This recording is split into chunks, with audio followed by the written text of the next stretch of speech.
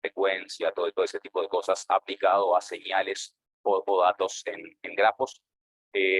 Esta charla va a ser un poquito, bueno, para hacer todo eso en realidad, como uno se basa en que tenemos un grafo, una red con la cual trabajar, que en muchos casos realmente es como tangible y uno la puede medir directamente, pero en otros contextos, si uno quiere capaz que modelar el cerebro, diferentes regiones, sus interacciones, ahí digamos, no hay un grafo tangible, pero la idea es tratar de, a partir de ciertos datos, por ejemplo, series temporales que uno puede medir con MRI o resonancia magnética funcional, lo que fuera, bueno, ver correlaciones o dependencias entre regiones, a partir de ahí ver, bueno, qué se relaciona con qué, construir un grafo como un modelo, o si tenemos una señal, digamos, en altas dimensiones, con muchas componentes, queremos ver cómo se relacionan esas componentes, entonces ahí queremos aprender un grafo que represente tal vez la estructura de estas señales. O mismo igual en contexto de redes de infraestructura, capaz que por el tamaño que tienen esas redes o por la dinámica que están cambiando todo el tiempo, capaz que no es factible poder decir que, bueno, que conozco la red, la estructura, la topología todo el tiempo. Entonces, de nuevo, en base a datos, el estimar la red puede ser de interés. Bueno, una vez que tenemos esa red, después viene todo las cosas lindas que uno puede hacer, Machine Learning, Graph Neural Networks, como que esta charla no va a ser de eso, sino va a ser del paso previo, que es, bueno, cómo estimar grafos. Muchas veces, capaz que el grafo, como decía, es tangible, entonces el problema es recuperar una estructura que no puedo observar, entonces hay como una verdad latente que no la puedo medir, la quiero estimar. En otros casos, capaz que no existe esa verdad latente, pero bueno, yo quiero aprender un modelo que me diga cómo se relacionan diferentes componentes de un sistema complejo. Entonces, eso es un poco la idea del problema de topology identification y investigación de topología, y vamos a tener un cierto modelo, digamos, vinculante entre las señales que observamos en los nodos de este sistema y el grafo que queremos recuperar. Crédito para Saman, que es un estudiante mío de doctorado que estuvo trabajando en esto. Nos vamos a basar bastante en una formulación conocida para aprender los grafos. La contribución acá más bien va a ser un poquito en la optimización. Eso va a llevar a un problema inverso. Tenemos que resolver un problema convexo de optimización y la idea es cómo hacerlo rápido. Y así que eso va a ser un poco en lo que me están enfocando hoy, si quisiera moverse. ¿Qué más puesto acá? Entonces, es un poquito la introducción de lo que estaba mencionando, y disculpen que las transparencias están en inglés, pero bueno, me dio para traducirlas. Como decía, yo trabajo bastante en GSP, Graph Signal Processing, y como decíamos, la mayoría del trabajo hasta ahora se basa en, ok, tengo un grafo que lo voy a usar como un prior para hacer cosas interesantes, ver cómo eso afecta filtros, cómo definir convoluciones, cómo definir arquitecturas de Graph Neural Networks, etcétera, dado el grafo para procesar datos o señales en el grafo. Pero bueno, como decía, muchas veces no tengo tal grafo y bueno, el problema es cómo recuperarlo a partir de señales, y la idea es, digamos, ir en el camino inverso, usar inducciones o principios de Graph Signal Processing, informar estos métodos que me permitan recuperar un grafo que sea útil muchas veces para hacer, digamos, tareas aguas abajo, como clasificar nodos, clasificar grafos o lo que fuera, pero la idea es ir en el problema inverso. Sí. Exacto, sí, exacto, sí, sí. Mil variantes que podemos mirar, pero me voy a enfocar en el caso más paradigmático, más clásico, que es ese conjunto de elementos está dado, y el problema lo voy a formular más claramente más adelante. Entonces, un poco el objetivo, como decía, es más en la optimización, la contribución no está en formular un problema nuevo para recuperar grafos. Hay un problema de 2016 que es como bastante ya clásico y admitido como una muy buena solución que funciona bien en la práctica. Vamos a tomar esa formulación, que a mí me gusta bastante, y la idea es refinar el método de optimización para resolver ese problema. Entonces, la idea es que sea más rápido, escalable, porque los temas computacionales en general son un desafío, y tener del lado teórico, digamos, la conclusión es que tener, a diferencia de algoritmos que existían hasta ahora, que en la práctica funcionaban bien, pero tener también garantías teóricas de tasas de convergencia, que todo va a funcionar bien y predecir, digamos, cuántas iteraciones preciso para tener cierto. Entonces, notación, un poquito de contexto básico de Graph Signal Processing. Vamos a estar trabajando acá en recuperar grafos no dirigidos, con pesos y sin bucles, o sea, sin self-loops o conexiones. La topología en general la codificamos en una matriz de esencia, digamos que tenemos n en el grafo, eso está fijo a priori. Entonces la entrada IJ de esta matriz de esencia es el peso o la relación en la arista en que conecta nodos IJ. en general, de nuevo, Graph Signal Processing, lo que tenemos es datos, señales o atributos, si quieren, en los nodos del grafo. Si tenemos uno solo, por nodo, les podemos meter todos en un vector X de tamaño n, digamos, una entradita por nodo. Entonces, la entrada de XY es el valor de la señal en el nodo Y. Si esto fuera una red de sensores, digamos, entonces XY va a ser capaz que la temperatura o la humedad que está midiendo el sensor Y. Pero, de nuevo, se pueden imaginar que no necesariamente tengo que tener un escalar por nodo, podemos tener un vector de atributos o algo, entonces en ese caso te queda una matriz de n nodos y después, no sé si cada nodo tiene p features o atributos, una matriz de n por p, pero digamos, por simplificar, asumimos que hay entonces tengo un vector que es la señal sobre el grafo. ¿Okay? Esos en general van a ser mis datos. Otra cantidad, otro concepto importante que vamos a usar bastante para también definir un poco la metodología para recuperar el grafo, es esta medida de, bueno, de cuánto varía una señal respecto al grafo subyacente. ¿Okay? ¿Cuánta variabilidad hay? Eso se puede cuantificar usando el laplaciano del grafo, digamos que es una representación equivalente a la adyacencia, es la matriz de grados de X diagonal, cada entradita de esa matriz diagonal es el grado de cada uno de los nodos, y W la adyacencia, y entonces la medida, esta la total variation, o la medida de variabilidad de una señal X para cualquier vector de tamaño n, que es ideal si quieren en el grafo, es esta forma cuadrática que involucra el laplaciano. Así que como el laplaciano, digamos, es semidefinido positivo, eso es un escalar, siempre no negativo, y haciendo alguna cuentita con el laplaciano y su estructura, lo que uno tiene es que uno puede expandir esa forma cuadrática con una suma sobre las aristas del grafo, donde aparecen los pesos, y básicamente arista a arista que estoy cuantificando es cuánto varía la señal, digamos, elevada al cuadrado, en los nodos incidentes a cada arista. ¿Okay? No necesariamente, no sé si hay algún problema si no fuera, pero en principio, porque, o sea, tiene que ser no negativo, eso para que tenga sentido, pero en principio no tiene, puede tener una cota superior, en la práctica tal vez sí, pero está claro que esto, digamos, si mi señal es constante, yo lo que estoy mirando es variabilidad, ¿no? Entre los pares de las señales arista a arista, o sea, pues estoy acá, si acá tengo ceros, como que no me importa qué tanto varía la señal en los nodos que no están conectados. Y realmente si la relación es muy fuerte, o sea, el W y J es alto, y hay una variabilidad acá, eso me da y hay una diferencia, y eso se ve amplificado, entonces me penaliza más. Es un poco la idea. Entonces, bueno, si la señal es constante, eso me da 0. Si tengo grandes variaciones en las aristas, eso me va a dar más alto. Entonces, eso me permite para cualquier señal ver cuánto varía. Entonces, como decía, Graph Signal Processing un poco se basa en capitalizar la estructura del grafo para procesar diferentes señales, filtrando o lo que fuera. Acá un poco la idea hoy va a ser, bueno, usar ese tipo de intuiciones y este tipo de medidas, por ejemplo, de variabilidad de una señal para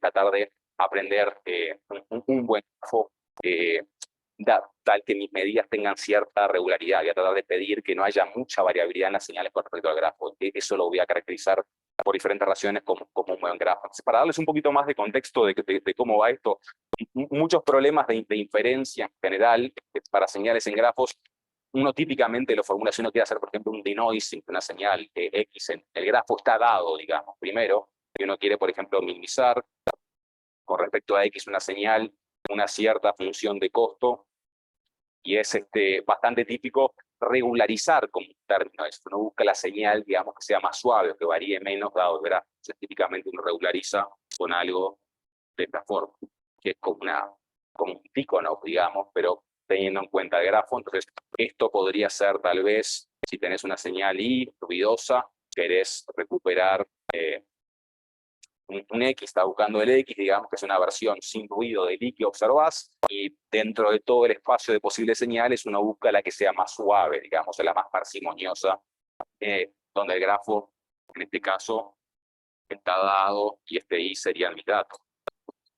Quiero recuperar el X. Eso es un problema típico, digamos, ¿cierto? Lo que define es un filtro pasa abajo, básicamente, en el grafo. Pero bueno, uno lo que puede hacer es como que mirar el problema inverso, y en el contexto de aprender los grafos, uno lo que puede hacer, y es lo que vamos a estar haciendo hoy, es minimizar. Ahora, ver L, el grafo no está dado. O sea, L es una representación del grafo, entonces, bueno, lo que voy a hacer es ahora optimizar dado X, con mis señales son mis datos ahora. Lo que yo voy a hacer es dar vuelta a la historieta y decir, bueno, voy a tratar de minimizar con este criterio, digamos, donde ahora los X están dados, el R no lo conozco, y después voy a agregar capaz alguna función para regularizar un GDL, digamos que eso me va a dar, va a imponer ciertas restricciones en los grafos que estoy buscando, digamos, ciertas propiedades de conectividad o lo que fuera. Pero entonces como que está un poco vuelta la tortilla. Esto antes lo usaba para regularizar dado el grafo, ahora esto va a ser como un criterio para encontrar un buen grafo dado señales, pidiendo que mis señales sean de alguna forma regulares en ese grafo, ¿okay? Minimizando esa suavidad. Entonces, tiene sentido. ¿Todo bien por ahora? Entonces, bueno, por ahí va un poco la cosa. Sí,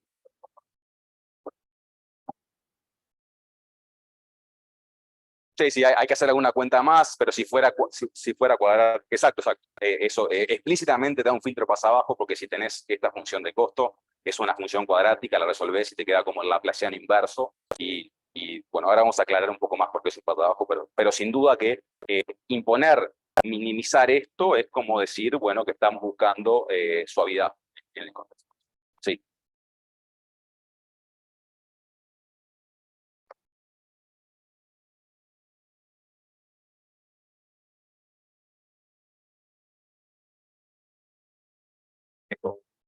Ujú.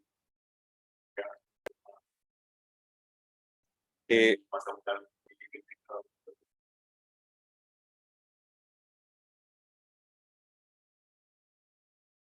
sí, bueno, o sea, acá, digamos, básicamente es lo mismo, digamos, después lo que uno que quiere es que operadores en este L, si esto es chico, digamos, van a ser, de nuevo, pasabajos. El tema es que acá, digamos, está como menos determinado el problema, ¿no? Vos también querés imponer restricciones de que el R sea un laplaciano válido, de cualquier matriz, y esas cosas las puedes meter como un espacio de restricciones de acá, o como, de nuevo, si las residualizas, esas restricciones te aparecen como regularizadores ahí. Pero vamos a ver, digamos, ejemplo de este GDL, vamos a ver.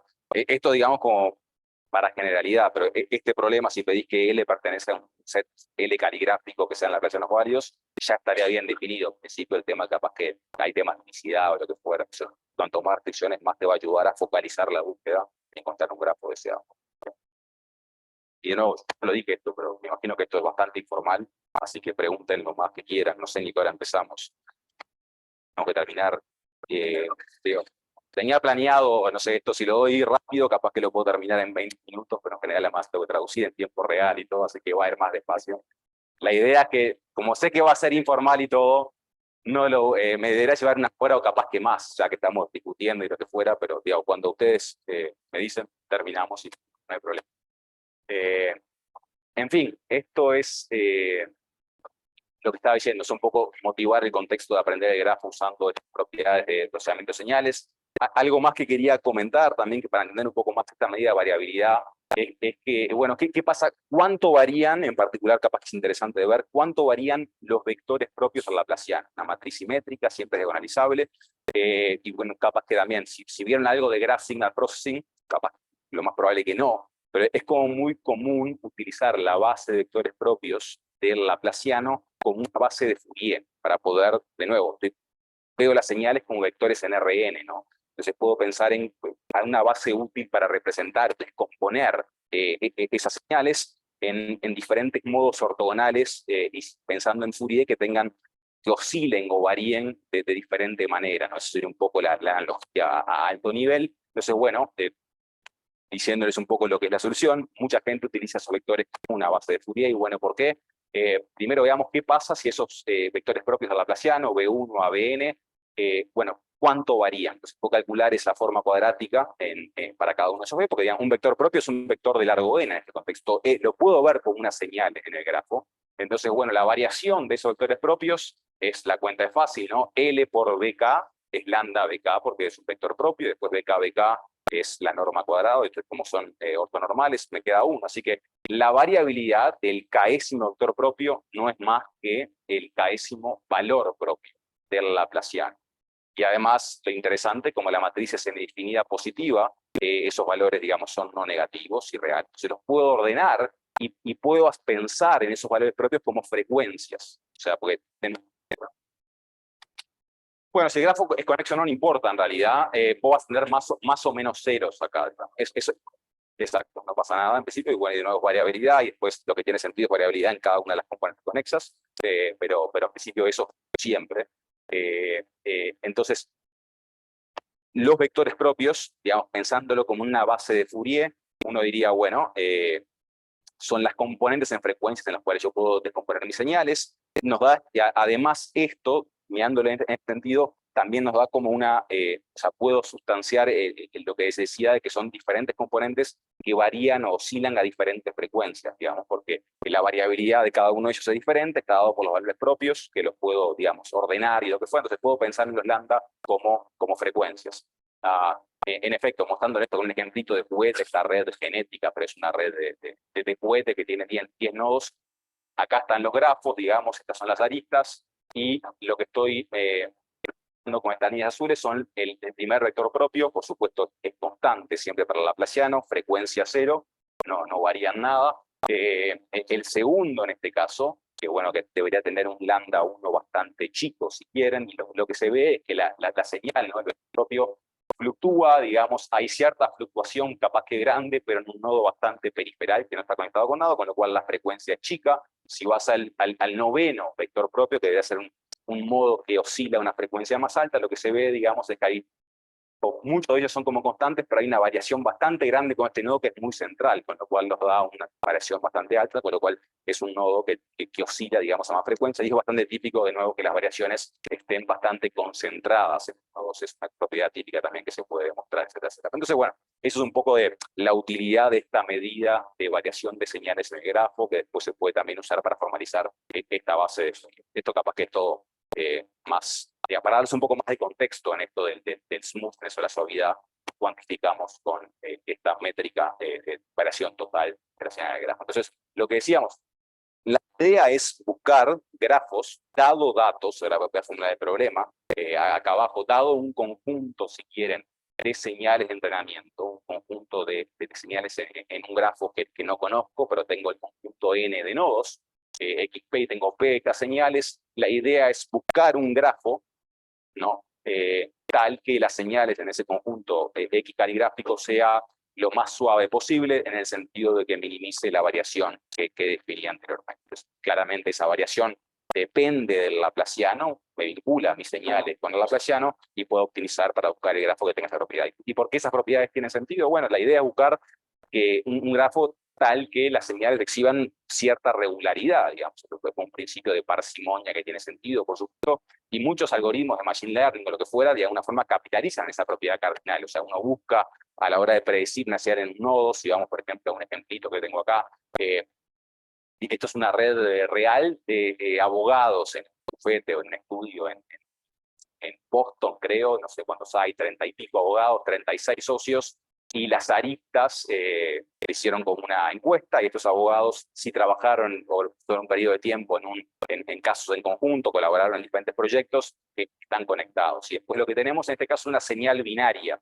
que es el colorcito nodos, que indica el tipo de práctica, digamos, se hace en litigación, está en rojo, o cianes, se hace en derecho corporativo, lo que fuera, digamos, trabajan en dos tipos de disciplinas, de derechos, tal vez. Y bueno, lo que uno puede ver ahí es que uno claramente pensaría, ¿no?, que la señal va a ser más bien suave sobre aristas geométricas, porque uno colabora con gente que trabaja más en lo mismo. Bueno, uno puede argumentar ahora que capaz que siendo más interdisciplinario todo, capaz que hay más variabilidad, pero efectivamente lo que pasa acá es que uno ve como conjuntos, digamos, o clústeres del mismo color, donde hay zonas más conectadas del grafo, lo que uno pensaría, haría pensar que esta señal binaria en el grafo es suave en este grafo. Entonces, digamos, si un problema dado el grafo, que en este caso lo tenemos, si uno quisiera predecir aristas, que es el problema este de semi-supervised learning, digamos, uno puede entrenar, clasificar fuera, dado algunas de las etiquetas, digamos, suponte que no tenemos todas las etiquetas, tenemos solo algunas de ellas, un 10%.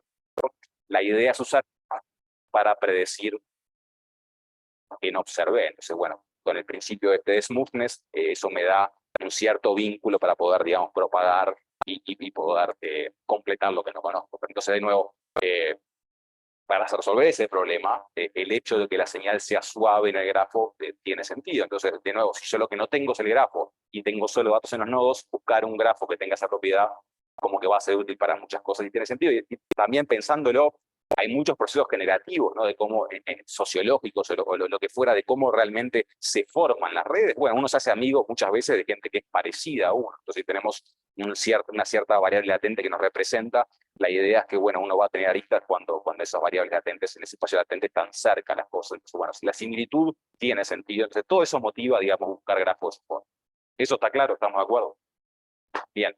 Entonces, para resolver el problema a alto nivel este de acá, lo que tenemos, recuerden, son señales, P de ellas, y queremos encontrar un grafo que minimice esa variación total. Bueno, vamos a ver un poquito cómo formular ese problema. Voy a recolectar todas mis señales en una matriz de datos, que es N por P.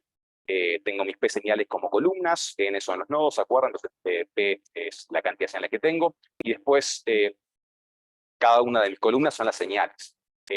Las filas, digamos, la iésima le voy a llamar X barra, y eso lo que nos da es un vector fila de largo P, que es todas las señales que observo en un nodo particular en el nodo Y.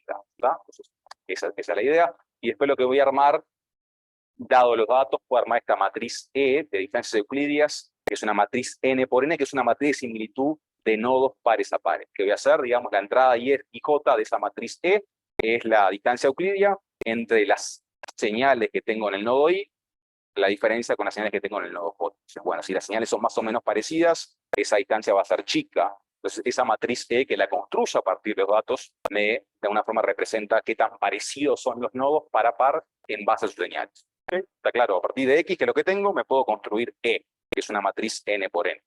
Y una cosa que observó Vasilis Kalofolias, que es el que propone el método que voy a hablar hoy, que es como bastante intuitivo, trivial, pero es como muy útil a la hora de formular el problema, es que hay una cierta conexión entre lo que es, bueno, buscar suavidad de las señales respecto al grafo, si uno quiere minimizar la variación sobre todo mi training set, que es lo que tengo a la izquierda, bueno, eso buscamos que sea chico, eso claramente se puede escribir como la traza de X traspuesta L por X. Lo que él observó es que hay un vínculo, digamos, entre lo que es smoothness de la señal y sparsity del grafo que estamos buscando, porque se cumple esta última identidad de la derecha, que lo que me dice es que la variación de todas mis señales es una norma 1 de la matriz de esencia, W del grafo, pero pesada, entrada a entrada, porque ese producto, ese circulito es el producto de Hadamard, de entrada a entrada, con la matriz de distancias euclidias. Eso es bastante, diría que trivial de ver, si uno se acuerda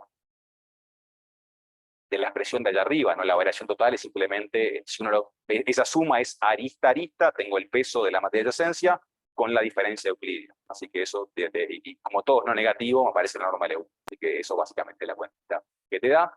Pero yo diría que las ramificaciones, digamos, conceptuales de esto son un poco más profundas, capaz que, digamos, lo que voy a decir es trivial, pero lo que dice es que, bueno, buscar un grafo, digamos, si los datos vienen de un manifold suave, digamos, que es lo que representa ese grafo, eso implica esparcidad en el grafo, porque minimizar norma L1 me da sparsity en las aristas, ¿no? Y acá no es una norma L1, digamos, uniforme, sino que es una norma L1 pesada, y los pesos vienen dados por la diferencia entre los nodos que me lo dan mis datos. Ahora, acuérdense, yo parto de los datos, esos datos pasaron todos a estar encapsulados en la matriz E. Entonces, en E están los datos, y eso es lo que me dice, digamos, que bueno, queda para tener más smoothness o más suavidad, lo que voy a preferir voy a agregar aristas a mi grafo cuando los E y J sean más chicos, ¿no? Pues si tengo un E y J más grande, penalizo más, entonces eso lo voy a mandar a cero, porque si no tengo un peso, tengo un costo grande en variabilidad que quiero evitar. Entonces eso es un poquito la idea. Y lo que es interesante también de esta identidad, que de nuevo, lo que yo voy a buscar es minimizar lo de la izquierda, que se traduce en minimizar lo de la derecha, pero noten que lo de la izquierda dependía del laplaciano, porque era X traspuesta LX, ahora lo puedo escribir en función de la adyacencia.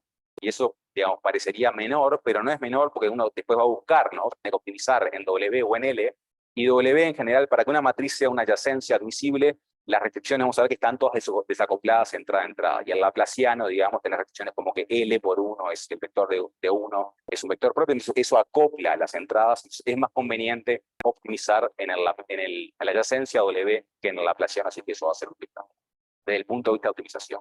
Entonces, bueno, ¿qué fue lo que propuso Vasilis Kalofolias en esto que está medio en gris? Esta es la referencia, un paper de Stats de 2016. Después también, si quieren las transparencias, me las piden por mail, se las paso, por supuesto.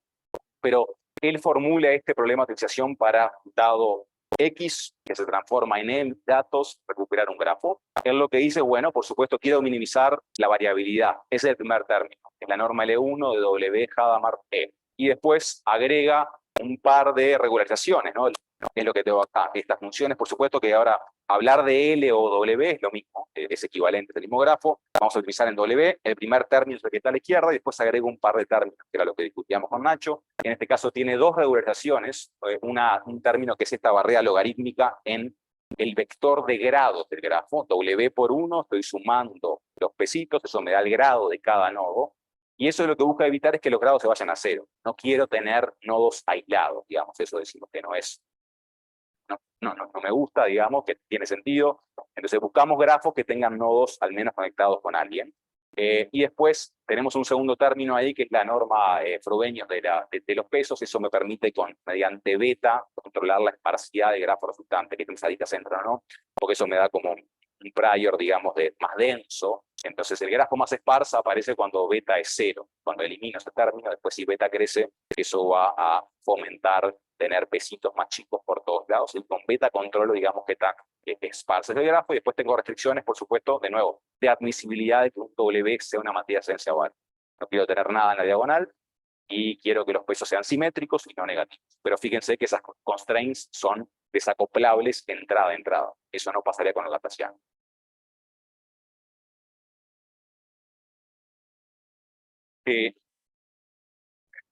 Bueno, eso como que lo más fácil que te da, de nuevo es separable. La norma espectral te acopla todas las entradas y todo, que desde el punto de vista de aplicación te puede complicar un poco más la vida. Y con esto alcanza para controlar la esparcidad. Por supuesto que, digamos, esto es como un framework genérico. Lo que es esencial acá es tener el primer término y después las restricciones. Lo que quieras meter acá es como general, en realidad, y depende del problema que quieras. Capaz que en la norma espectral querés tener menos bajo rango. Si querés modelar cierta estructura de comunidades, capaz que es más útil que esto no te lo... Entonces, de nuevo, estás libre y hay muchas variantes de esto, digamos. Esta es la versión más vainilla que él propuso, pero se pueden agregar otras cositas acá, lo que quieran. Pero de nuevo, la norma espectral está bien, pero te complica un poco la vida, pues te va a acoplar todo, tenés que hacer como singular value threshold, y cosas te van a aparecer por este lado, que la complejidad te va a aumentar. Esto es lo que tiene es más sencillo, más separado. Pero eso es un poco la idea. De nuevo, una cosa que quería comentar es que esto, si se fijan, digamos, capaz que una limitante que no va a imponer para nada que el grafo resultante sea conexo. ¿Okay? Esto es lo que va a decir, va a evitar tener nodos aislados, pero igual capaz que te quedan dos islas o tres componentes. Esto en un momento está imponiendo que el grafo resultante sea conexo. Y eso capaz que puede ser una limitante en algunas aplicaciones, en otras capaz que no, pero digamos, al menos es bueno mencionarlo. Y lo que decía, desde el punto de vista de optimización, lo que Basílica de las propuso en su primer momento es un algoritmo tipo Primal Dual, que tiene complejidad n cuadrado. Después hubo algoritmos bastante recientes, tipo ADMM, el Alternating Direction Method Multiplier, es un método dual, también que explota la separabilidad del problema, como vamos a ver más adelante. Con complejidad n cuadrado, andan bastante bien, digamos, menos de esta complejidad, al menos no es cúbica, cosas lineales, digamos, serían casi como unicornios, o sea, es imposible resolver algo así de esa complejidad con menos que esos. Aproximaciones capaz que sí, pero resolverlo exactamente menos que n cuadrado la veo difícil, ¿no? En general. Pero una cosa que quería comentar, sí, exacto, sí. Pero una cosa que quería comentar desde el punto de vista teórico, que son, digamos, limitantes de sus algoritmos, es que si miran la formulación, tenés un logaritmo ahí. Entonces, el gradiente de esa función de costos, este es un problema convexo, no lo mencioné, convexo, y es suave, diferenciable, ¿no?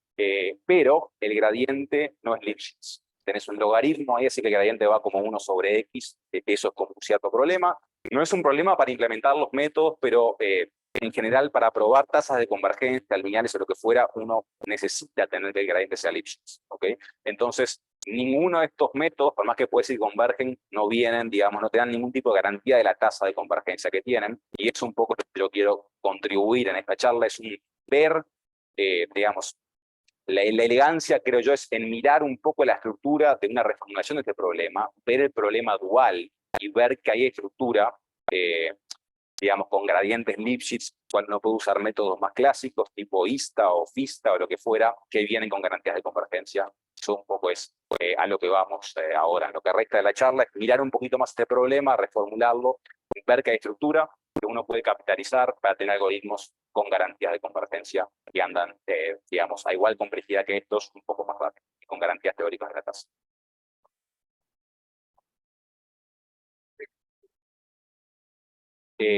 Bueno, exacto, exacto. En general, digamos, no quiero decir que sea imposible, no se puede probar un tema de imposibilidad, pero estos métodos en general, todas las pruebas de tasas de convergencia requieren tener un gradiente de Lipschitz que acá no lo tenés. Digamos. Tenés que ir como a otro lado, en este caso el dual, que la estructura va a ser más favorable para ese tipo de cosas. Lo mismo, problema equivalente, que lo voy a mirar diferente, es un poco la idea. Entonces, bueno, como decíamos, vamos a masajear un poco esa formulación. Lo primero es ver un poco las restricciones en W. Como decíamos, W tiene diagonal nula y además es simétrico. Así que básicamente, en realidad, las variables libres independientes son los que están en la parte triangular superior e inferior. Me voy a quedar con ellas en un vector W. O sea, extraigo la parte triangular, la de arriba, digamos, si queremos. Después vectorizo. Así que el número de variables libres que tiene este problema es n-1 sobre 2, que es lo que está en W. ¿No? Y después, para imponer no negatividad, lo que la gente típicamente hace es, a costo de meter no diferenciabilidad, es una función indicatriz que penalice esto. Entonces es una indicatriz que si los pesos son no negativos, todo bien, costo cero, pero si algo es no negativo, esto explota más infinito, entonces no me gusta. Entonces la idea es que, bueno, podemos reformular el problema anterior en las variables W vectorizadas, es equivalente. Este problema que está acá es sin restricciones, pero es no diferenciable por la indicatriz. Pero básicamente es lo mismo. El primer término es la negatividad, el segundo es la parte de suavidad, el tercero es la norma Frobenius, que es una L2 al cuadrado, y después tengo la barrera logarítmica, donde aparece esta matriz S, que es una matriz binaria fija, que básicamente lo que hace es buscar los pesos y combinarlos, sumarlos para reconstruir del vector W los grados. Pero eso siempre es posible, claramente hay una matriz constante que existe que me va a decir qué pesos tomo para cada nodo para calcular su grado. Así que lo que está dentro del logaritmo es el vector de grados como antes, lo escribo ahora en función de W, me aparece una matriz fija, que es S, que no es ningún problema, la puedo calcular y es binaria. ¿Está claro eso? Es el mismo problema, es un problema que tiene, digamos, un objetivo compuesto, una función f más una función g, pero tiene mucha estructura. En particular, la función f es no diferenciable por la indicatriz, pero es fuertemente convexa, por esa cuadrilla que tenemos ahí.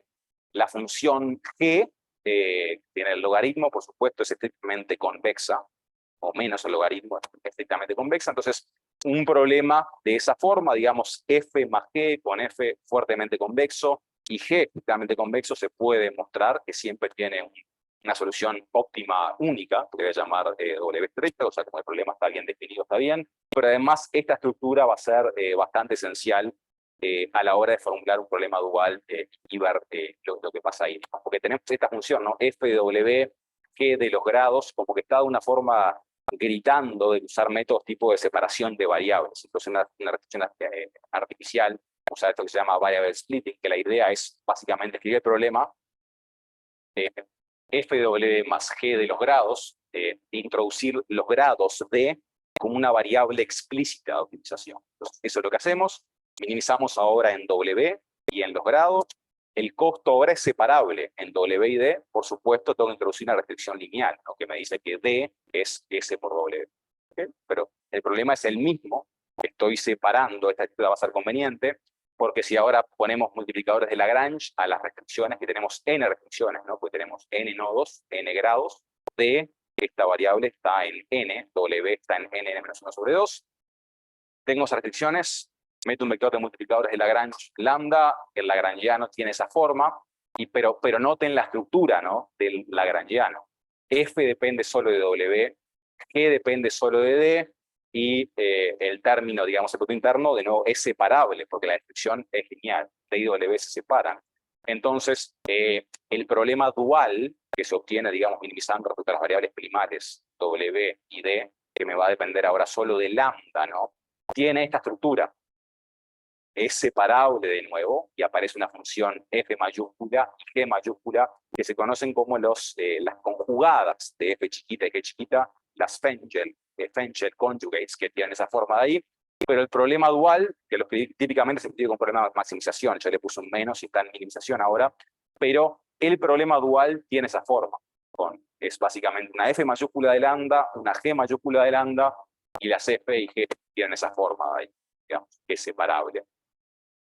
Y la propiedad esencial es la siguiente. Hay un resultado de análisis convexo que dice lo siguiente.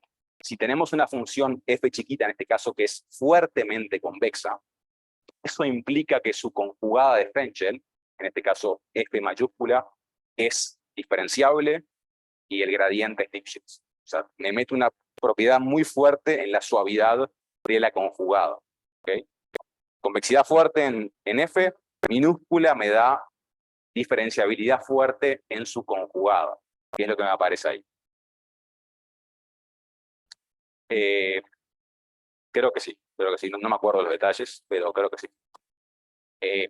Entonces, este es el resultado. Es más, la constante de Lipschitz del gradiente de f mayúscula lo tenemos en forma cerrada, en este caso, para este problema, depende del número de nodos y del parámetro beta que controlaba la esparcidad, así que eso está bastante lindo. Pero entonces, en resumen, el problema dual, en este caso, tiene esa forma, donde sé que G mayúscula es convexa, y F, por supuesto que es convexa, pero además es diferenciable, y el gradiente es Lipschitz. Entonces, ese tipo de funciones, digamos, o ese tipo de estructura del problema es directamente ameno a aplicar métodos tipo proximal gradient, por ejemplo, o ISTA o FISTA, que se pueden acelerar con ideas tipo Nesterov. Entonces, voy a usar esos métodos, se lo voy a aplicar al dual, y básicamente el algoritmo que resulta, en el dual tengo que actualizar el multiplicador de Lagrange, los vectores lambda, ¿no? Entonces, bueno, el método básico, olvídense de las líneas 2 y 3 por ahora, pero básicamente lo que dice es,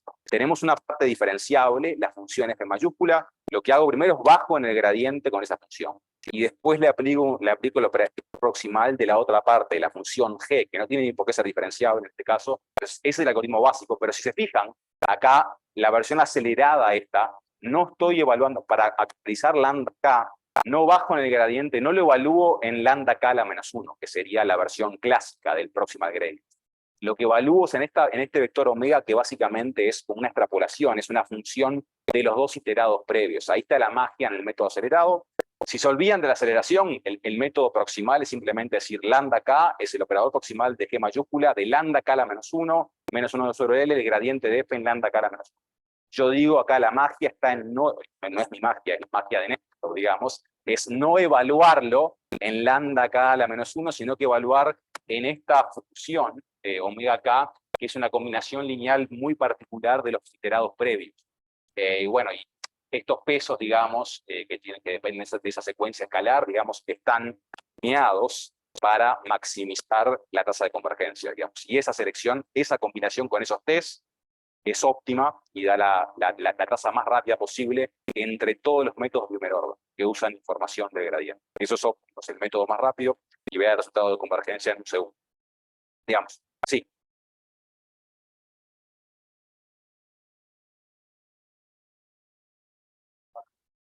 Exacto, exacto. Pero bueno, ese término, la norma Frobenius al cuadrado, es clave para que la f chiquita sea fuertemente convexa, en particular.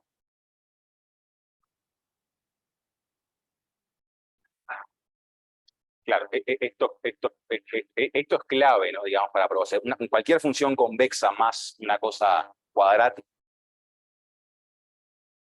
agregar otras cosas, digamos, siempre y cuando, lo que es esencial acá es que la función f chiquita que te quede, digamos, lo que es externo al logaritmo, si querés, sea fuertemente convexa, que te da después que la conjugada tenga una buena derivada, digamos.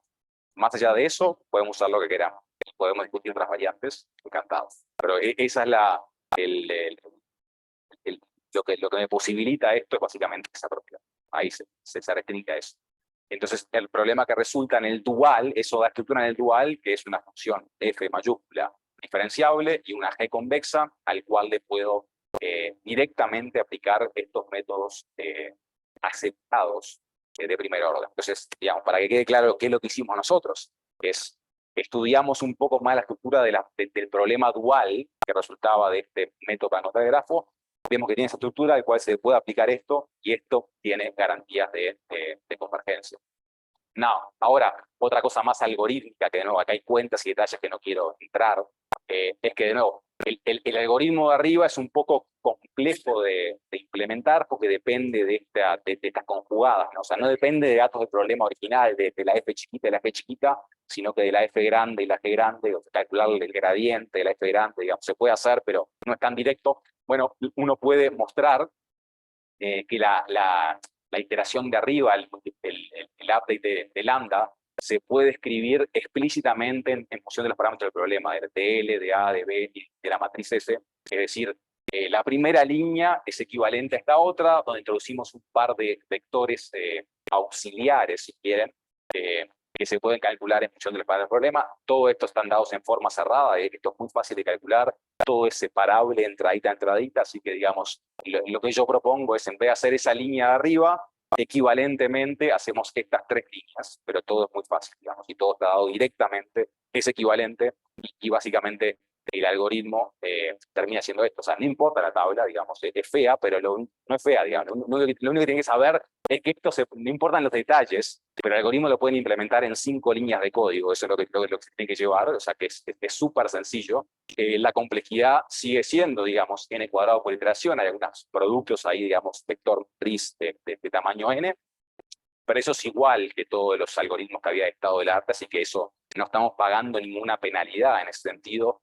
Y por supuesto uno puede apagar esta secuencia de inercia diciendo que esta secuencia T escalar sea idénticamente uno en todo momento, entonces se te va este término, el omega se transforma en lambda k a la menos 1, entonces básicamente lo que tenés es lo que estaba acá arriba, ¿no? Que lambda k es la evaluación en lambda k a la menos 1.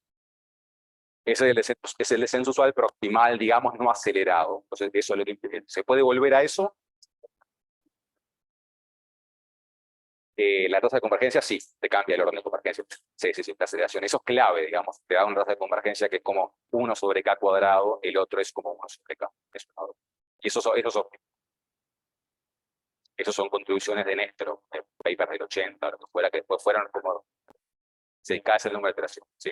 O sea, a este algoritmo le llamamos el Fast Dual Proximal Gradient. Si apagamos la inercia, nos queda un Dual Proximal Gradient.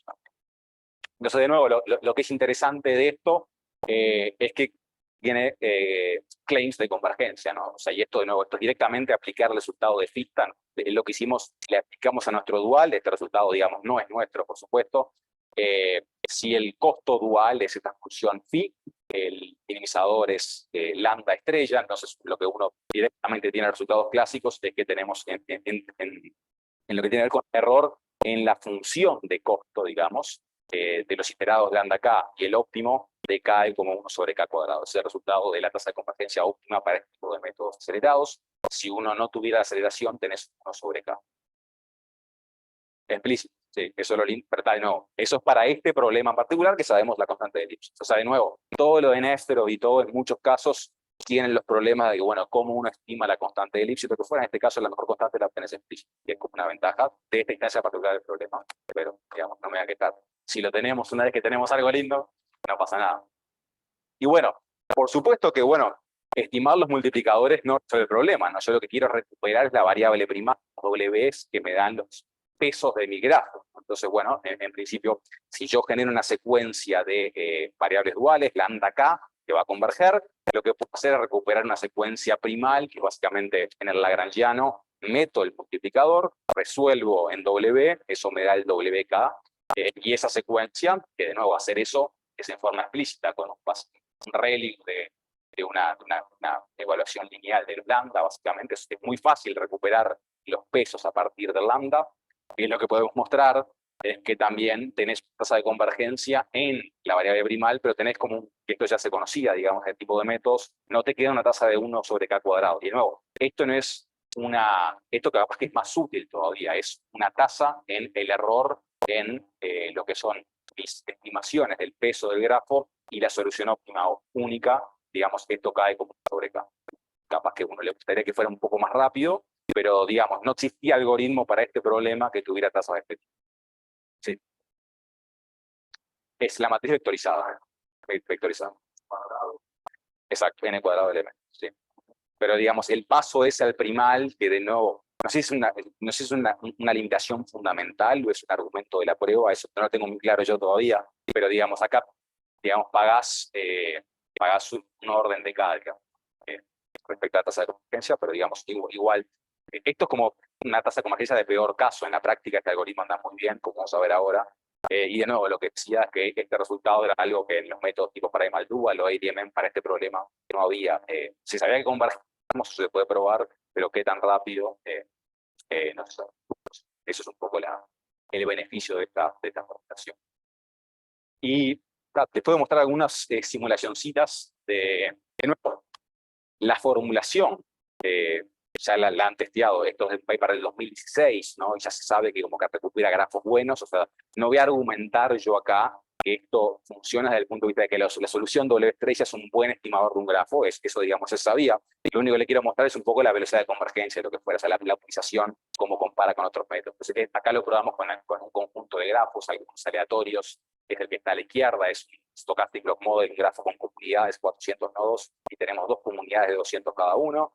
El grafo del medio es un arte real del cerebro, un atlas de Desikan, creo que las regiones son 66 regiones, y para un grafo un poco más grande, es esta red, es también otra red como fetiche, que es la que es la Minnesota Road Network, son calles, intersecciones en Minnesota que tienen como 3.000 nodos, esos son A, B y C. En todos los casos las señales son sintéticas, generamos 1.000 señales que son suaves en los grafos respectivos. Esto creo que es lo único que tengo de estadística, probabilidad en esta charla, digamos que las señales son gaussianas y la medida de precisión es el laplaciano inverso. Entonces eso, digamos, acopla, es como que está filtrando para abajo. Eso es una manera de generar señales suaves en el grafo. Entonces, en este caso, conozco los grafos y entonces genero señales arriba de esos grafos. Después me olvido que es el grafo y quiero ver con esas señales que también la puedo reconstruir. Esa es un poco la idea. Y lo que vamos a examinar, el eje Y de las figuras, es el error, digamos, que estaba controlando antes, digamos, que también mi secuencia primal se aproxima a la solución. Entonces, acá pueden ver que, digamos, el fast dual proximal gradient básicamente anda bastante mejor que el resto, en particular para este grafo relativamente chico, pero más grande que los otros. Mismo el método de ADMM, hay que tunear step sizes y todo, en una grilla de 3 parámetros que no te da ni el tiempo de hacerlo, entonces por eso no tenemos el resultado. Si te explican el método nuestro, no hay que tunear ni un parámetro, 0 parámetros, o sea, porque la constante de Lipschitz, que usualmente es como un step size de estos métodos, que está dado explícitamente, así que no hay que tunear ningún parámetro, y anda él. Bueno, sí, eso sin duda, pero eso digamos, eso es lo que, hay que hacer un grid search, y eso lo que va a definir es, bueno, que también la formulación te recupera tu grafo. Pero eso es igual para todos, en este caso decimos, bueno, no importa, digamos, eso es lo que va a afectar es la calidad del grafo recuperado. Pero esto, digamos, para un alfa beta es una instancia del problema, lo fijamos en este caso, y es igual para todos. Eso no es un parámetro de actualización, sino que es de la formulación. Sí. Sí. Para un alfa beta dado, sí. No es el grafo real, no, pero eso, digamos, es lo que yo decía. Esto, si tuneas bien alfa beta, te van a dar cerca, eso como es otro problema, pero ya sabemos que anda bien, no importa.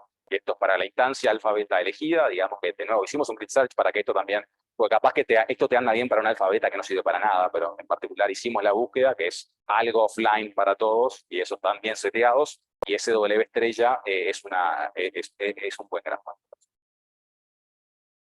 Sí, sí. Claro, eso es de peor caso. En la práctica puede andar mejor que eso. Y a veces anda un poco mejor, a veces anda peor, pero esa tasa, digamos, es un poco pesimista y puede ser de peor caso. A veces puede andar un poco más rápido. Bueno, el tema es que el tema es que el peor caso es lo que te da. Siempre puedes construirte cosas. O sea, eso creo que al menos, por ejemplo, el 1 sobre k cuadrado en el dual que no estoy mostrando acá, eso es óptimo. Se puede mostrar que es imposible, de peor caso, tener una mejor tasa, sobre todos los métodos de primer orden que utilizan gradientes. Si va para cualquier problema. cualquier problema diferenciable de la familia, digamos que tenés diferenciable convexo, no existe un método en orden que tenga una mejor tasa de peor caso que eso.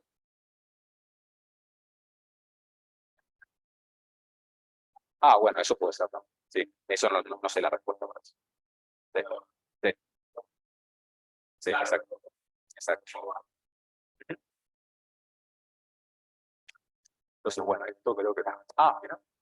Esta figura, no, esta figura en general, no sé por qué en el PDF, como que es como una figura que no sé, capaz que pesa 20 megas, entonces la transición esta usualmente se tarda al PDF y demora como 10 segundos en cambiar, pero cambió enseguida. Ahora, para terminar, eso era básicamente lo que quería decirles.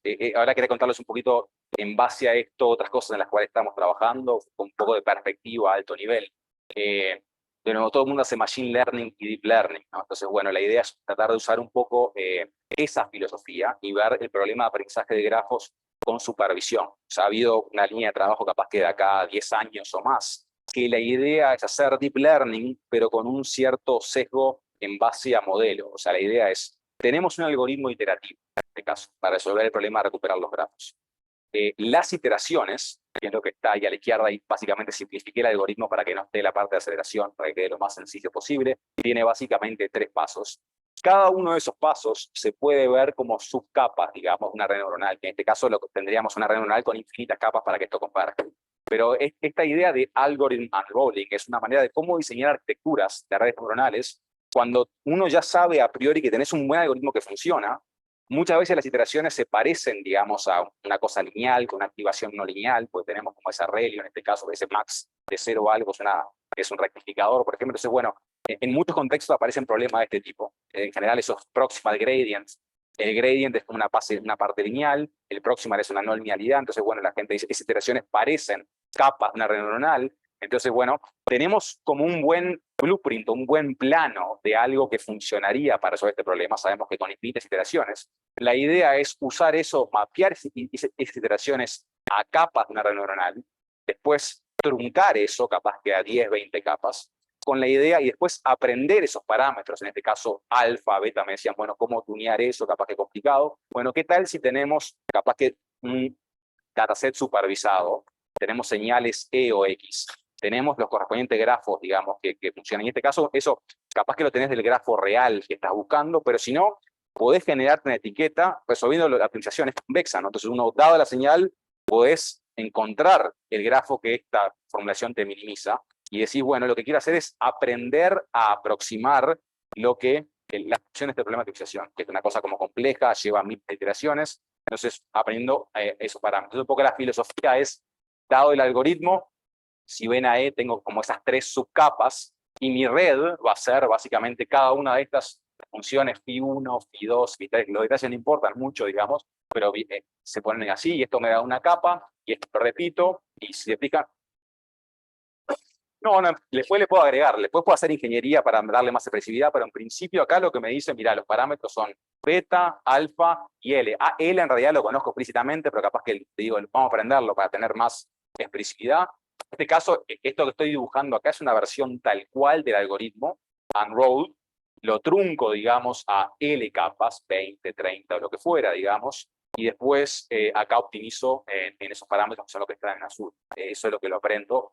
Si tengo un dataset de señales y correspondientes etiquetas W, y esa red lo que va a hacer es aprender a aproximar esa. Y la idea es un poco que después, capaz que tengo bastante costo para entrenar esto, ¿no? Por supuesto, digamos, pero bueno, este tipo de redes, por ejemplo, en general, tienden a tener pocos parámetros. Lo que esto sugiere capaz es que los parámetros se compartan en todas las capas, digamos, pues eso es lo que tiene el algoritmo, pero bueno, uno podría liberar eso si quiere tener más parámetros, por ejemplo, pero en general son bastante eficientes el número de parámetros a diferencia de otras redes, porque tenemos como mucho inductive bias del algoritmo, ¿no? Entonces es un poco la idea de encontrar un punto de operación en el cual tenés deep learning, pero basado en el modelo de algo que funciona, entonces como un punto en el medio, y la idea es que, bueno, tenés capaz que bastante costo de entrenar, pero después para aprender un grafo mañana, es simplemente hacer una pasada de inferencia. Tenés capaz que 20 capas, le metés un conjunto de LSE, y esto vuela, digamos, para darte un grafo. Lo otro tampoco no es tan grave, pero tenés miles de iteraciones, lo que fuera, entonces esto es mucho más rápido, si tenés que resolver problemas muchas veces, es como otro camino en el cual estamos trabajando, y en particular lo que esto tiene de útil, después si uno agrega una capa de redes neuronales bayesianas, uno puede hacer inferencias, asumir que los parámetros son variables selectores, tratar de estimar una distribución a posteriori sobre los parámetros, y después tener también como una cuantificación de la incertidumbre en las predicciones. O sea, que la predicción no te la da, es como agregar una capa bayesiana a esto para también decir, bueno, ¿qué tan seguro estoy de esta arista, por ejemplo, si tenés menos datos que fuera? Entonces, eso también le da como una capa adicional, y son cosas en las cuales estamos trabajando ahora, estamos cerca de terminarlo, pero no tenemos el proyecto. Eso es como una línea que estamos viendo, como la intersección entre Deep Learning y la optimización.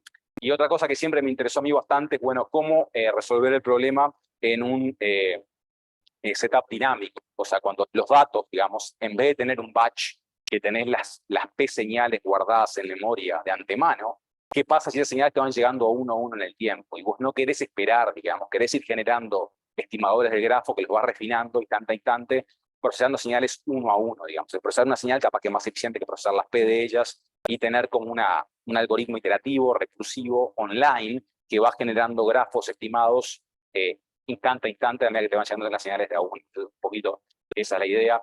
Y en eso estuvimos trabajando y tenemos algunos resultados salir. Pero bueno, estos son también, esto lo presentamos ahora en ICAS el mes pasado y una versión anterior en Cisco del otro año. Pero de nuevo, esto es un setup dinámico en el cual tenemos, en el primer caso, en la parte de la izquierda, tenemos un grafo Erdős-Rényi de 100 nodos que no cambia en el tiempo. La variante acá es que las señales van llegando uno a uno. Lo que hacemos acá es, esa matriz de distancias euclides, si se acuerdan, dependía de las P señales del batch. Pero la distancia euclídea al cuadrado es una cosa que es aditiva en la señal, entonces la puedo ir formando, esa suma la puedes ir sumando de a uno. Entonces vos podés tener un estimador recursivo que tenés a tiempo t, usaste todas las señales hasta t, y cuando te llega una nueva simplemente la sumás, digamos, al cuadrado, así que lo puedes ir actualizando de manera recursiva. Entonces esa e se transforma en una e de t, que voy actualizando uno a uno, y después cuando me llega una señal nueva, actualizo e, y lo que hago es corro una sola iteración de mi algoritmo. O sea, no lo llevo a convergencia, porque igual después va a cambiar en el paso siguiente. Entonces hago como una cosa aproximada, y eso funciona bastante bien en lo que es hacer tracking del grafo cuando es dinámico. En el caso de la izquierda, el grafo es Erdős-Rényi, no cambia. Después tengo un grafo dinámico en el medio, que es un Erdős-Rényi con 50 nodos, y acá lo que hago, en la mitad del intervalo de tiempo, cuando tengo 1000 muestras, como que reconfigura un 10% de las aristas, como que el grafo cambia. Entonces por supuesto que el estimador sufre un poquito, pero la idea es que después va a adaptarse al nuevo grafo, porque me llegan señales que son suaves en el grafo nuevo, así que como que el algoritmo se puede adaptar a los cambios, que el cambio es muy básico, hay un solo cambio ahí. Y el último modelo que tengo acá es un Stochastic Log Model, de nuevo, que que cambia la asignación de comunidades a mitad de tiempo. Entonces, bueno, esto es una comparación con una versión. Tenemos un algoritmo previo también online. El online DPG es en el método, la versión dual de lo que teníamos ahí, online, que es el que funciona más rápido que el otro. Después teníamos una versión online del método primal, el cual no podíamos probar tasa de convergencia, digamos, en el caso batch, ¿no? En el caso online, probar cosas es bastante más difícil también, porque el problema dual no es fuertemente convexo. Y para hacer pruebas de cosas de que el error en el tiempo puede ser tracking y no varía mucho, necesitas tener típicamente convexidad fuerte en el dominio que estás utilizando. Eso en el dual lo perdemos. Así que tenemos que ver, podemos probar cosas tipo regret bounds o lo que fuera, que son más suaves, pero en fin, el algoritmo funciona bien, estamos viendo de ver bien qué probar. Y esto es otro ejemplo, esta es mi última transparencia, con datos reales. Es un estudio de epilepsia, son datos de electrocorticograma, que es lo que te abren y te ponen en la corteza cerebral, te ponen diferentes sensores para medirte la actividad neuronal. En este caso, en este experimento, que no lo hicimos nosotros, por supuesto, son datos que sacamos de por ahí. No sé si lo hicieron con humanos o con monos, no tengo claro, por este paper colocaron 76 electrodos en total, 64 en una grilla 8x8, y después sabían que estos pacientes tenían como una idea de dónde emanaban los ataques epilépticos, y para eso pusieron como dos hileras de electrodos adicionales, 6 y 6, cerca de la zona donde escuchaban que emanaba el ataque. Entonces, bueno, tenemos datos, series temporales, mediciones de actividad neuronal en cada uno de esos electrodos, 76 puntos, queremos aprender un grafo con 76 nodos, ver cómo digamos, luce el cerebro o esta aproximación a la red del cerebro antes y después del ataque de Iglesia. Usamos datos de 2,5 segundos antes del ataque y 2 segundos después, y estos son los grafos que uno reconstruye. Acá no se ve nada, me parece, pero básicamente esto lo que muestra es en el tiempo. Estos son los 2,5 segundos previos al ataque, estos son los 2,5 segundos posteriores, y esto es una enumeración de las aristas del grafo. Entonces, esto es más denso, los grafos acá en los pesos acá son más altos y eventualmente se esparcifica bastante. Entonces, una cosa que he encontrado con un grafo mucho más sencillo en base a correlaciones, he encontrado un comportamiento similar. Lo que tiende a pasar es que la densidad de conexiones decrece brutalmente cuando tenés un ataque epiléptico, y lo que resulta es que la caída de densidad es bastante más pronunciada en la zona que ellos esperaban, que de donde emanaba la cosa. Entonces, eso era como que esa conjetura, la hipótesis estaba bastante soportada, y bueno, digamos, con esto se pueden hacer diferentes cosas, pero lo que uno ve es que realmente el estado en el cual se encuentra la conectividad neuronal cambia bastante antes o después del ataque epiléptico, y bueno, lo podemos estimar instante a instante si tienes una serie temporal de datos. Entonces, básicamente eso era todo lo que tenía, digamos, como un resumen de lo que vimos. Problema de aprender grafos es algo en lo que estuve trabajando bastante en los últimos 10 años, tal vez, en diferentes contextos. Esta formulación de buscar grafos en los cuales los datos sean regulares o suaves tiene bastante sentido por lo que uno que hace después, porque también hay que pensar, digamos, que uno aprende un grafo que sea útil para después aguas abajo hacer una red neuronal o un filtro, lo que fuera, para clasificar. Así que esto tiene un poco en cuenta. Uno puede pensar también en hacer una formulación más bien end-to-end, donde parte del G capaz que sea un loss. Pienso que el grafo que quiero encontrar lo voy a usar para clasificar, entonces bueno, que tener una buena, un error rate bastante chico, lo que fuera. Por supuesto que se complica mucho más la formulación, sobre no convexa o lo que fuera, pero en principio uno podría atacar el problema end-to-end, no solo en recuperar el grafo o pensar que el grafo sea útil para una tarea aguas abajo, así que es interesante. Y si quieren probar el algoritmo ese que estaba, en este link pueden acceder al código para generar, digo, todas las figuras que están en el paper que les supe en un momento. Así que, sí, si alguien quiere, pues le paso las transparencias, se las publican donde quieran, para ver las cosas que no se veían, pues están claritas. Bueno, gracias por las preguntas y la atención.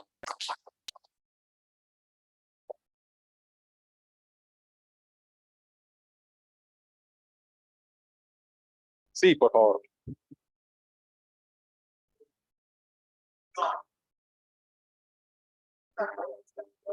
Sí. Ujú.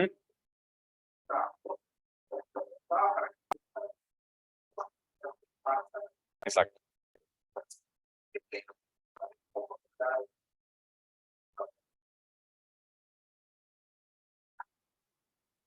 Sí, pero no es una manivela exacta directamente en eso, pero es indirecto.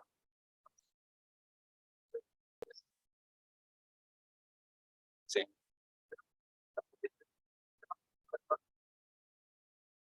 sin duda, sin duda. Sin duda, sin duda.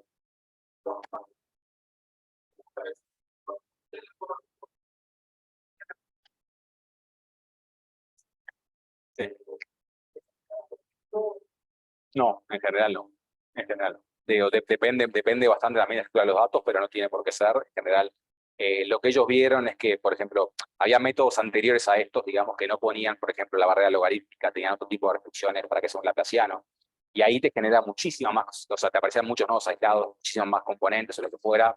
Esto tiende a reducir la cantidad de componentes, pero en principio te puede quedar desconexo. Pero es mucho menor el número de componentes, sin duda. Depende, en problemas más sencillos o lo que fuera, muchas veces tiende a darte conexo. Y después también uno, de nuevo, todo se basa en elegir en alfa y el beta, para qué quieres usar el grafo y cuál es un grafo que te gusta, que te parece que sea útil, lo que fuera. Entonces ahí puedes jugar, pero en principio el beta en general no lo usamos muy chico, lo que fuera, un poquito más grande para que sea un poco más denso el grafo y ahí te da más conectado, pero depende mucho del problema. Exacto, es un poco artesanal. Sí, de nuevo, lo que está bueno es esto, lo último que decía, esto acá le aprendes el beta, por ejemplo, entonces eso ahí, te olvidas un poco de ese problema, pero de nuevo, da lo que tiene que dar, acá lo estás supervisando con un grafo que te gusta, digamos, y eso te va a llevar a un beta, lo que fuera, pero acá le puedes forzar si querés conectividad, y ya, quedas tranquilo.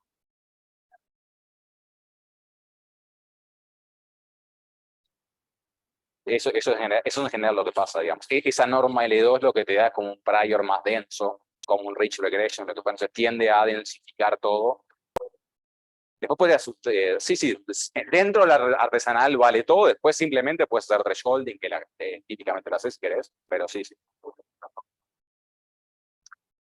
Pues una norma 1, eso es lo que yo quería mencionar, una norma 1 no te cambia nada, pues ya tenés una norma 1, simplemente es como agregar un offset.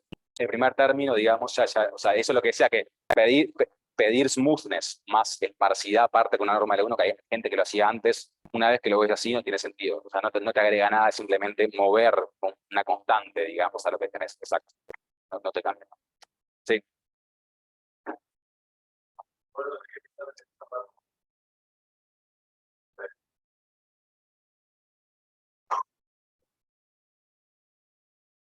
Sí, mismo en la constante de Lipschitz te aparece y la tasa depende del beta. Sí.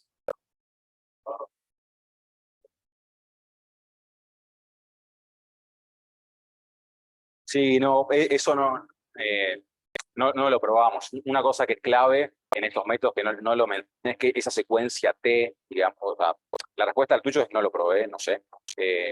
Otra cosa para acelerar esto, y son cosas que me menos acá, que es que esa secuencia T, digamos, que después te da los coeficientes de la extrapolación, tiende a converger y saturar rápido. Entonces, uno tiene que, típicamente lo que haces es resetear, o sea, te volvés el T, digamos, cuando converge, te empiezan a aparecer como estas oscilaciones ahí. Entonces, cuando empiezas a ver oscilaciones, es que tenés que resetear la secuencia y arrancar de nuevo, eso te lo acelera mucho más, digamos, pero eso es como una cosa artesanal que uno puede probar, que la tasa mejora un poco, pero digamos, eso lo hacemos acá. Pero de nuevo, y eso te da por eso también que te da un poco mejor que esa secuencia de peor caso, como sobre K2. Pero eso es, muchas veces es como difícil saber cuándo reiniciarla, lo que fuera, pero tenemos una fórmula cerrada en este caso para saber el intervalo de tiempo en el cual tenés que setear de nuevo el T a 1 y arrancar de nuevo. Eso te ayuda a acelerar. No, esto acaba creciendo, la secuencia esta de T, me parece, y eventualmente como que tiende a horizontalizarse, entonces digamos, esto como que no cambia mucho, entonces como que queda medio saturado, es llevarlo, lo reiniciás esta secuencia, digamos, como arranca con T1 igual 1, lo seteas a 1 de nuevo y arrancas de nuevo y eso te ayuda a salir, digamos, de un espacio de saturación. Si no, lo que tiende a pasar, la lentitud la ves, o sea, cuando ah, es típico que aparezcan oscilaciones. Cuando empiezan a aparecer estas oscilaciones, digamos, está bien, en media tenés una cierta tasa que está bien, pero tenés ripples mucho más fuertes a veces, entonces ahí cuando tenés que inicializar te quedan cosas más lindas como estas, digamos, o acá también. Eso es como una ley básica de cuánto inicializar.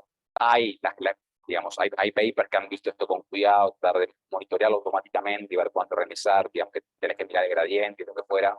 Nosotros lo hacemos cada intervalos fijos, que dependen de cosas conocidas, que son otras reglas, digamos, ahí hay un poco también de... Sí. Eh, a ver, no, el tema, si el T crece, lo que fuera es que lo que termina pasando es como que tenés como esto le llaman como un término de momentum, digamos. Si le metes mucho peso a esto, se te hace como un poco más inestable y por eso los ripples, entonces querés bajarlo un poco. Es un poco mi intuición. Digamos, estos métodos le llaman también método de heavy ball o lo que fuera, entonces como que el momento empieza a crecer demasiado en ese caso y querés reducir eso un poco. Y lo que yo tengo entendido es que cuando reseteás en las primeras iteraciones y todo eso es está un poco más controlado. No, eso no. Eso sí sería súper genérico, digamos, para estos métodos en general, para verlo. Pero igual hay bastantes resultados bastante refinados, digamos, que eso te da como una tasa exponencial. Si haces un restart bastante bien, puedes mejorarlo. Exacto, sí, sí. Sí. Hay bastantes resultados si uno busca por Next Acceleration with Adaptive Restarts o Automatic Restarts. Hay bastante teoría de eso. Sí,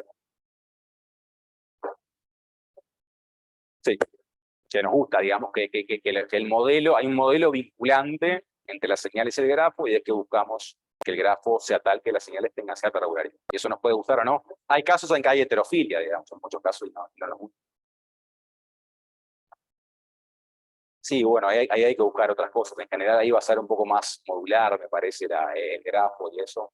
Y sí, eso, digamos, dentro de todo lo que yo hago. A veces lo estuve pensando un poco, pero no llegué mucho a nada. No hay mucha cosa hecha, o sea, sé que hay cosas de GNNs y todo, cosas que están buscando hacer predicciones y lo que fuera, ¿no? Que todos los métodos clásicos de semi-supervised y más abajo como que no funcionan bien para esos datos, y hay arquitecturas y lo que fuera para heterophilous data, le llaman, cosas así, pero el tema de aprender un buen, no sé, uno podría pensar en qué grafo aprender para que los métodos que uno usó clásicamente funcionen para esos datos. No sé muy bien la respuesta, la verdad. Pero, menos,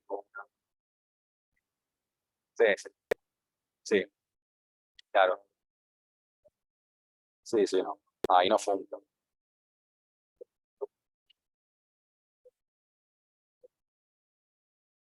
Exacto, sí,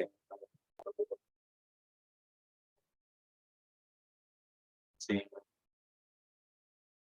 sí, sí, exacto. Perdés la convexidad y lo que sí, y eso es interesante. ¿Verdad? Los casos como que son los menos, aunque la gente discutiblemente dice que ahora hay más casos en los cuales ese tipo de datos que aparece. Tiene sentido, ¿no? Cosas más de polaridad.